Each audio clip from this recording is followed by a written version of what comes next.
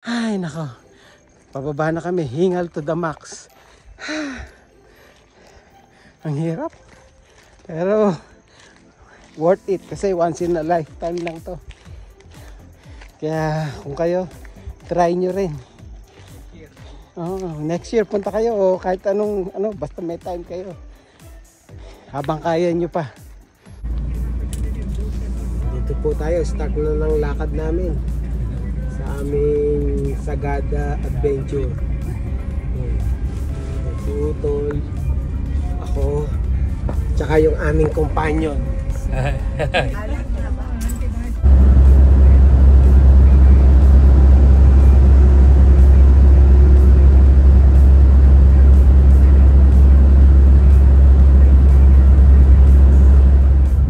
Biyahe na uli kami.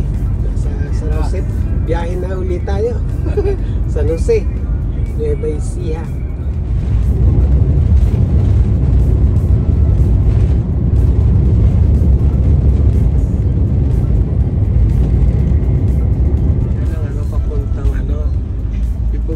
Sa kabila, Isabela.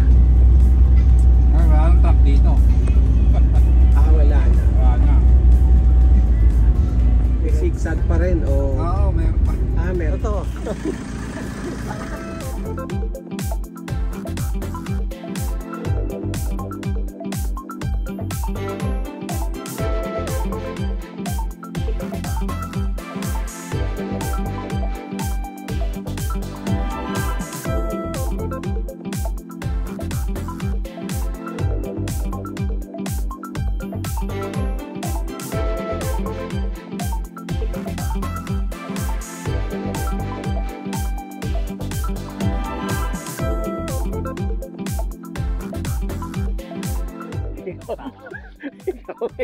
Ikaw ano yun?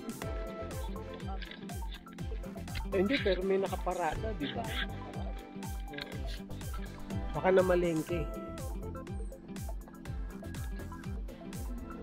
Hiwa. Ayan po yung native house nila.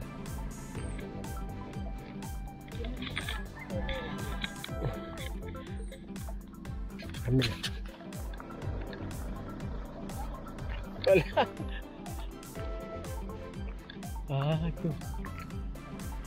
Banawi. Welcome, Banawi.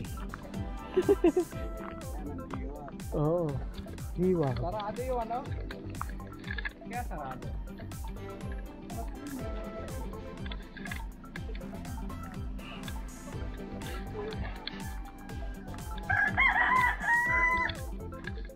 Ito, native house nila.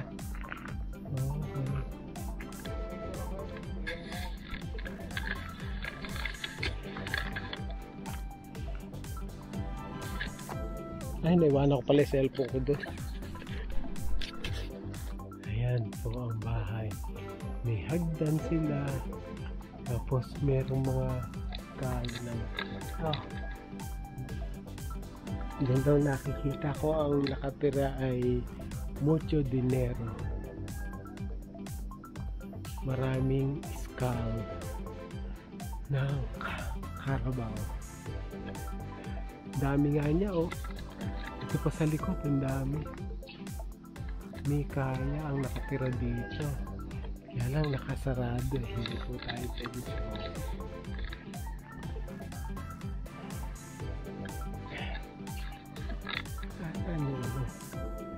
sa kapitbahay nila.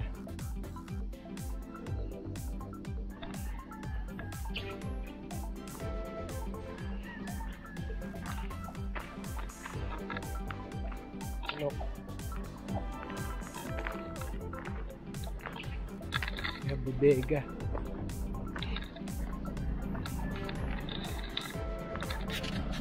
Is 8:22. Nakalagay open pero walang tao. Doon sa Hiwang Inn and kaya Mga sasakay. oo. Kaya babalik kami. Diretso na kami. Kuya, mamaya tulog. Swerte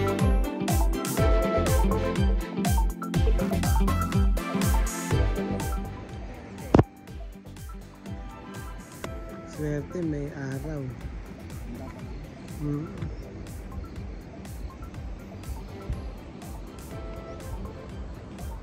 Dito tayo, dito na po kayo kasama si Mother. Mm. Dapat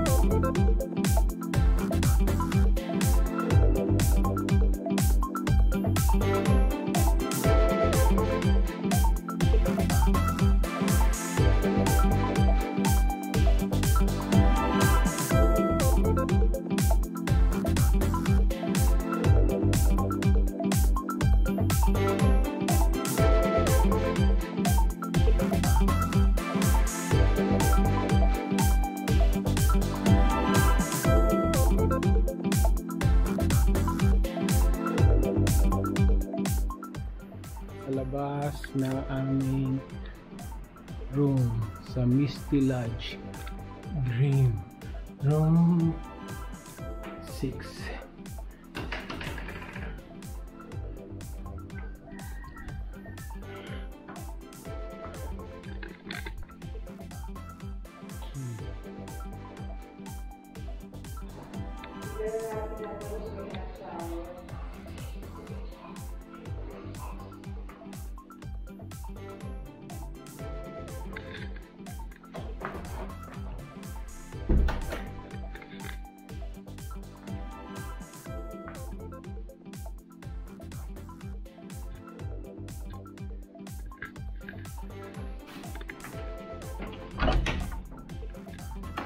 Siyang balcony. Pasok! Dito po kami sa Yogurt Restaurant. Yogurt. Meron siyang outside may CR pa. Galing.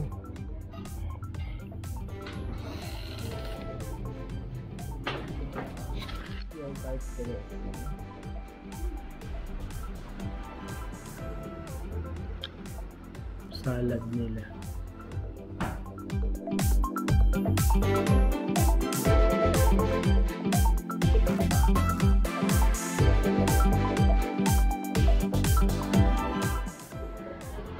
Second floor of Yogurt House.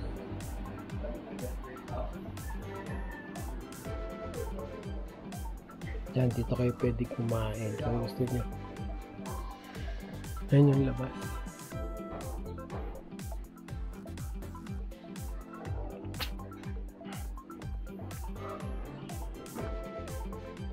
Going inside. Ayan.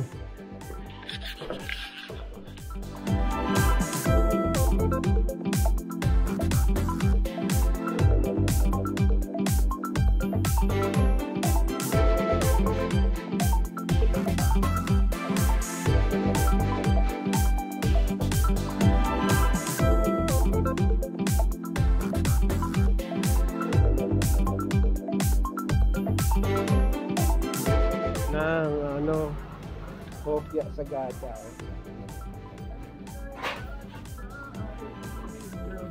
Ayun. Ayun daw, tikman mo. Ba't titikim ako?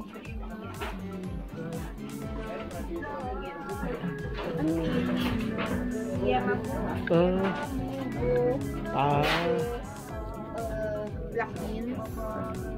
Pinupukpok pala.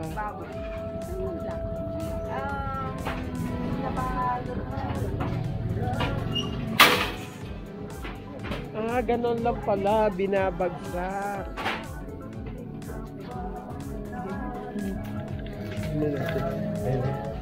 Bola-bola.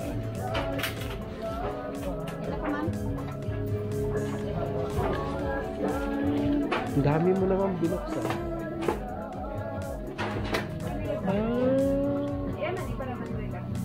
Chocolate. Chocolate. Ito.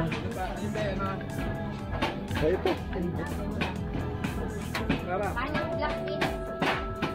Abakan. Ang pinaluto ng kwam na. Tikman mo lang. Nasaan na si Iggy? Ay, awan na. Aramid ka naman.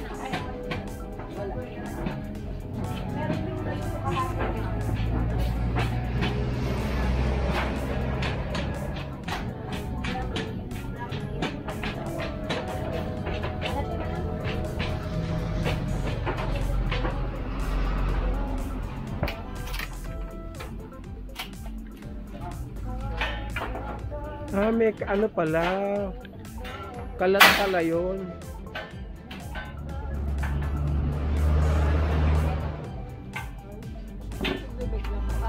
Chocolate. Ito munggo, tikman mo. Ito, yema ata yung ako. Yema ba yan? Oo. Ito po yung ito po yung meron. Pabibig mo lahat. Bala.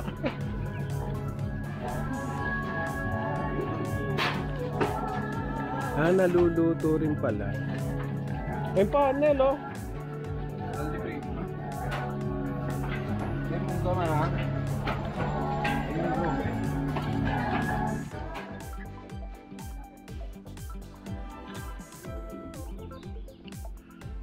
Waiting for sunset.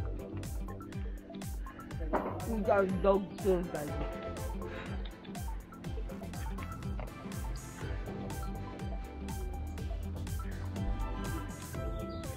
Day 60.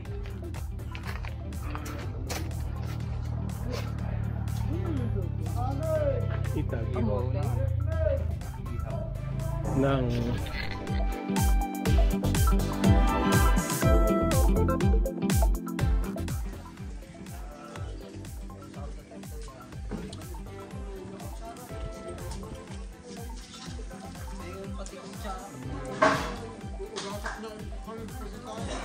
sunset. Ayan. Pabasang ka nung kayo dito.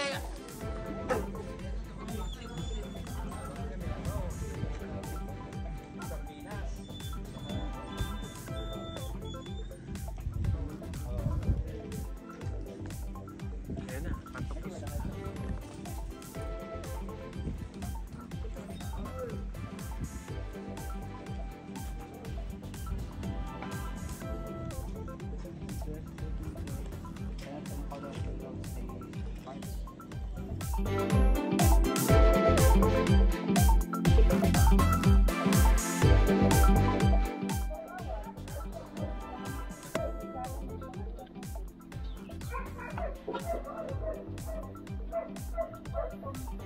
Sunset.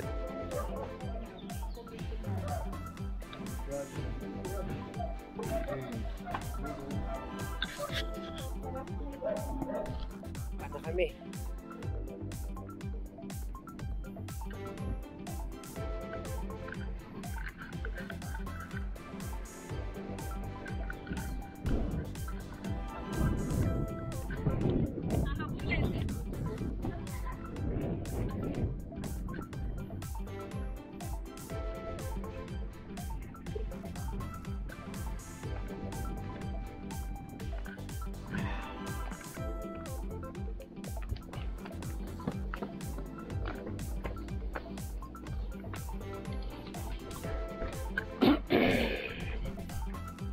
Yan ang sunset. Dito sa baba ang bakery. Hay.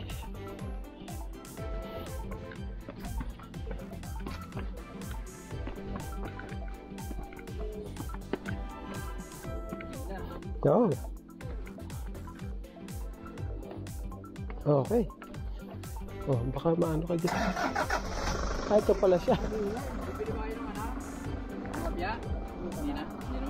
Ikaw, gusto mo ba ako? Hindi ko type. Sagada Pottery.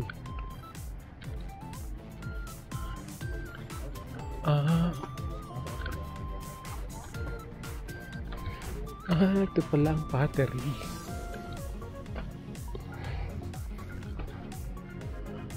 Ito yung mga ready-made.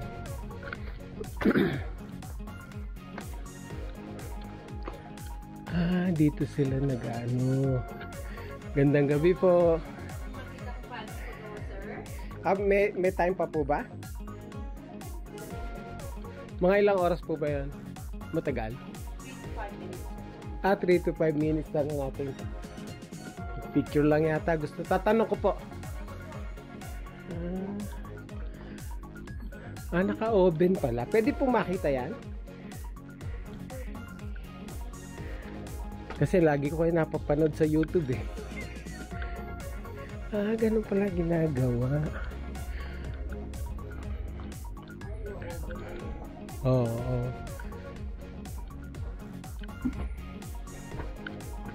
Pwede pa daw sila mag-demonstrate kung gusto mo.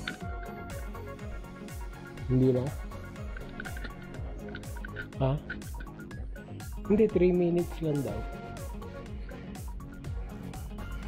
3 minutes lang daw eh. Ang demonstration. Ano, gusto niya? Ay, ito yung putik. Putik nga. Okay. Sige ate. O daw. Oh, ito demo yung 200 for the group. Tapos kung may gusto mag-try 100 per head. Okay, so that. Ang workshop na ito ay nag-start in year 2000 by R.G. Stapleton. Anak po siya ng American missionary na lumagay dito noong 1960s. Nakita niya ang potential ng ating local clay at local soil for pottery production. Kaya nang pumunta siya ng States, nag-aral siya ng pottery, minaster niya yun. Then bumalik siya dito ng year 2000 to teach the Sagada people as an alternative livelihood. Kung sinasabi natin may potential ang ating local materials, hindi po ibig sabihin niya na pwede kang kumuha kahit saan gusto. Then you bring it here, you can make a pot out of it. Around Sagada, we have to scout for good place to get the clay na hindi kami nakakasira sa environment at walang magagalit sa amin. Kung may nakita po kung maganda, we haul the clay, bring them here, soak them in water for a few weeks. Sasalain namin ng 2 beses hanggang makuha namin ng consistent at finest na katulad dito. After sieving 2 times, it's very watery. We have to drip dry for 3 to 4 months. We age it for at least 3 weeks before we can use it. May 3 klase po ang pottery, may earthenware, stoneware, at saka porcelain. Earthenwares are low-fired. Yan po yung ginagawa nila sa vegan, yung mga paso, yung mga lutuan po. Yes, yung mga palayo. Ang stoneware at saka porcelain, they're both high-fired.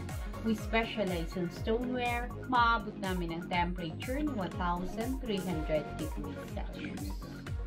Okay. So, first of all, center ko lang po muna ang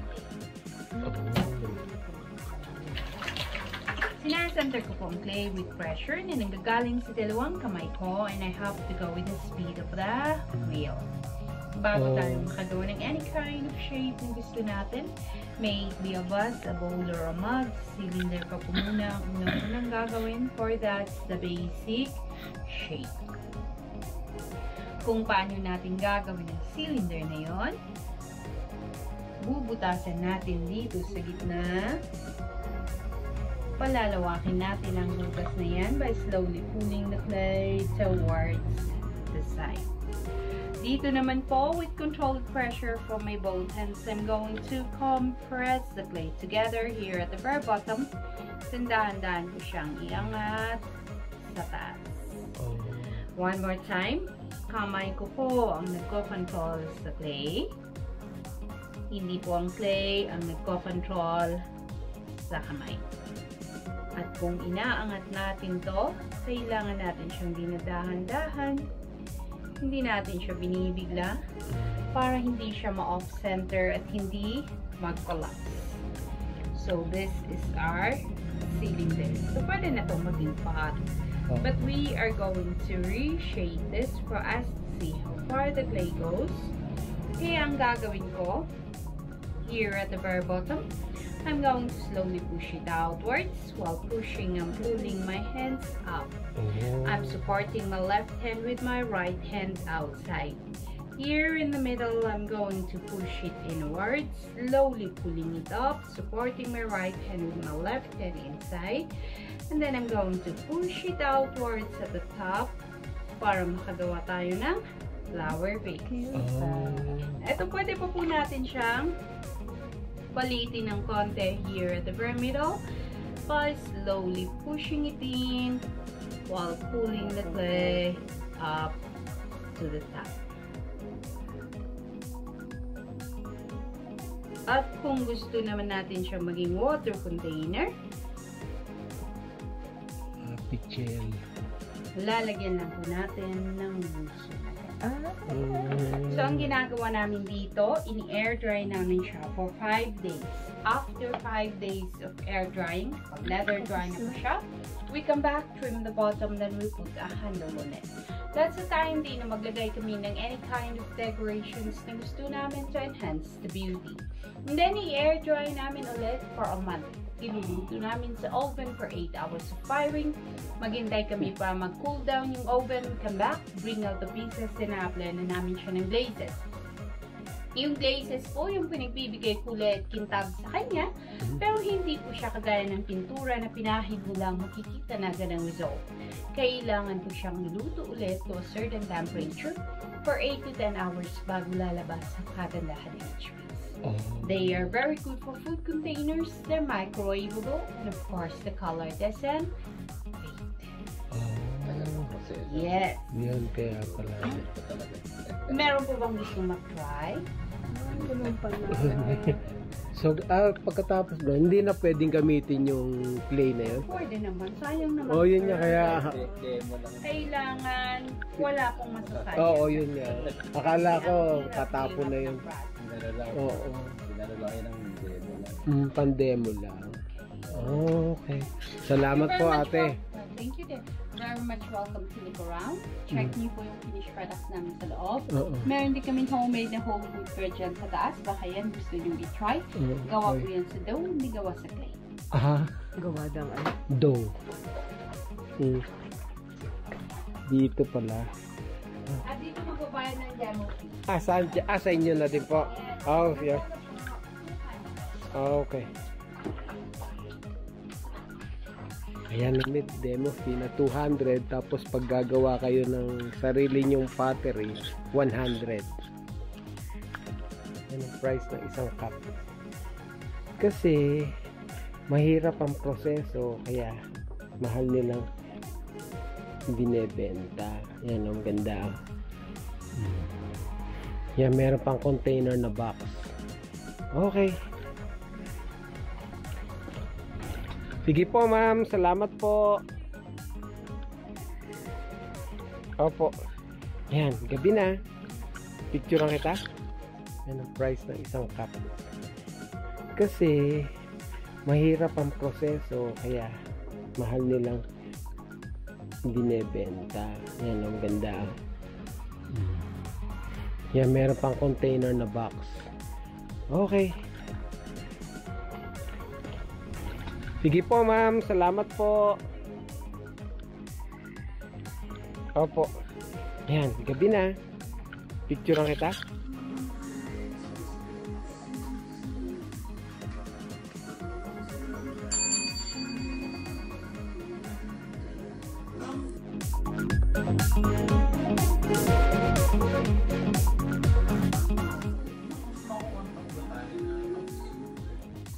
Ito na kami. Paakyat na.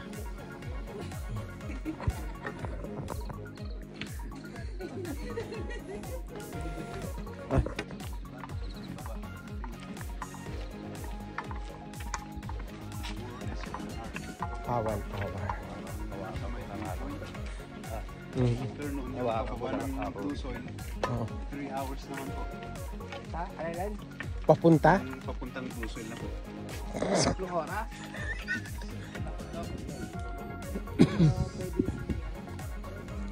Dito na kami sa tuktok.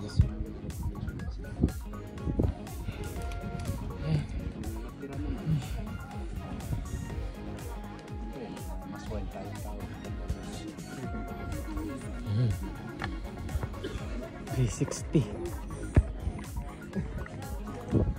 Karating din ako. Dito na kami sa tuktok ng bundok.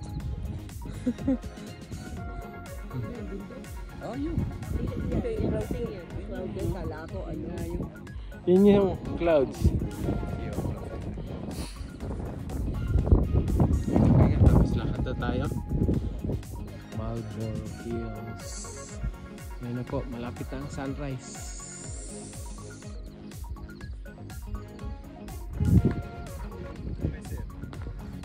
Ha?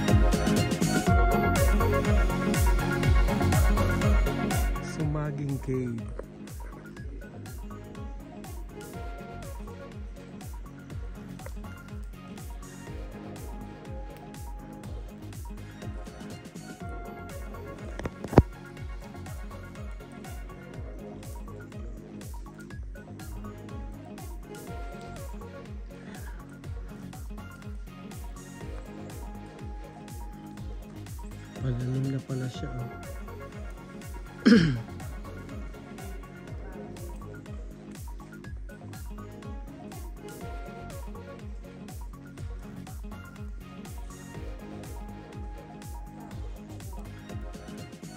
Sumaging Cave.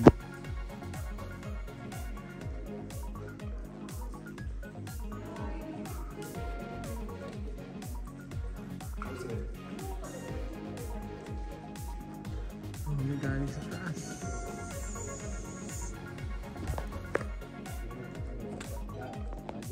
Yan, side. Oh. Isa pa. Yan.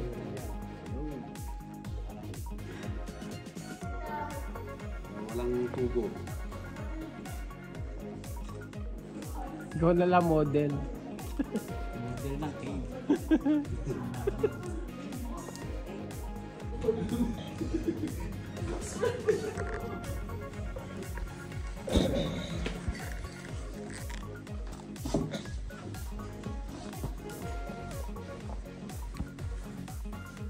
Men. Halika na. Oh. Oh. Hindi namin alam. Yung pantalon ko nakalimutan ko pala. Kunin mo pak namin makalimutan. Iisa-isa lang yung dala ko na eh. Alala nito. Oh. Pakiiwanan mo na lang siguro doon sa van. Oo. Thank you.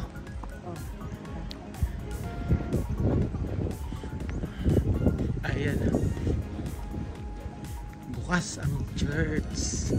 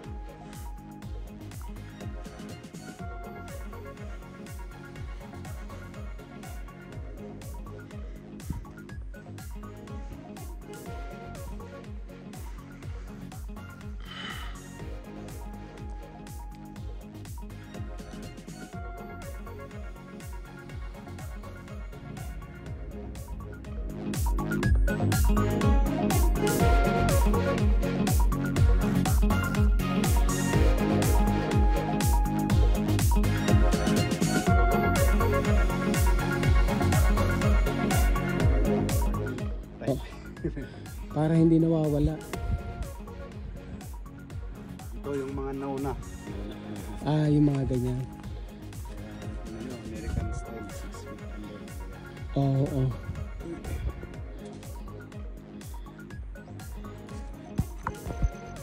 Kasi hindi lang yung puntahan natin meron eh. Starting dito, central part ng Sagada hanggang doon, libingan ho lahat yan. Ah, so hindi lang pala to. Okay, going to Sagada Hanging Coffin with our tour guide, Kitley. Yeah. Pag napunta kayo dito, hanapin niyo siya. Kilala naman siya sa information. Ah, si Kit ba? Alam na. Hinahanap yung guide mo. Oo. Kaya Sabi yan sila yung naiiwan dito. So habang Eco Valley. Ito. Ah, ito ba yung... Yung sumisigaw. Pero hindi na daw pwede sumigaw. Eco Valley. Paalam. Paalam.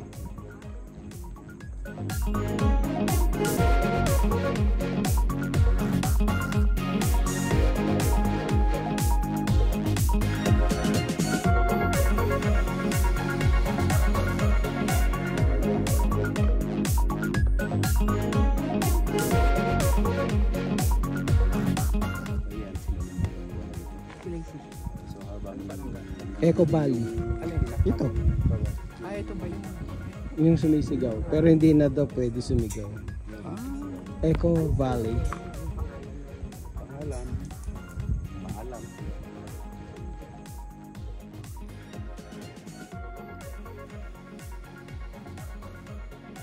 Hinihingal ako.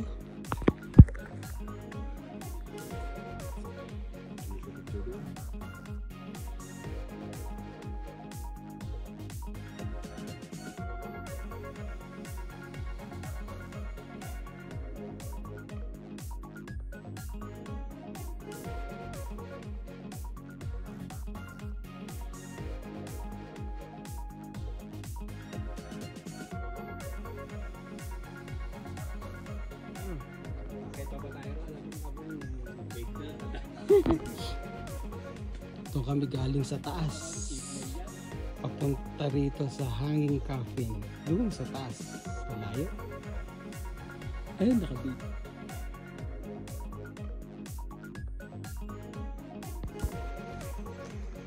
Ay, nako. Pababa na kami. Hingal to the max. Ang hirap. Pero worth it kasi once in a lifetime lang to. Kaya kung kayo, try nyo rin. Next year punta kayo o kahit anong basta may time kayo. Habang kaya nyo pa.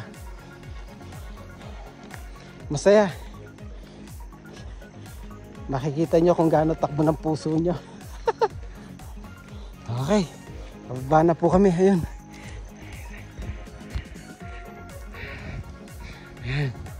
So yung ibang part hindi ko na kinunan para surprise sa inyo lahat. Kung nakaya ko, kaya nyo. See you.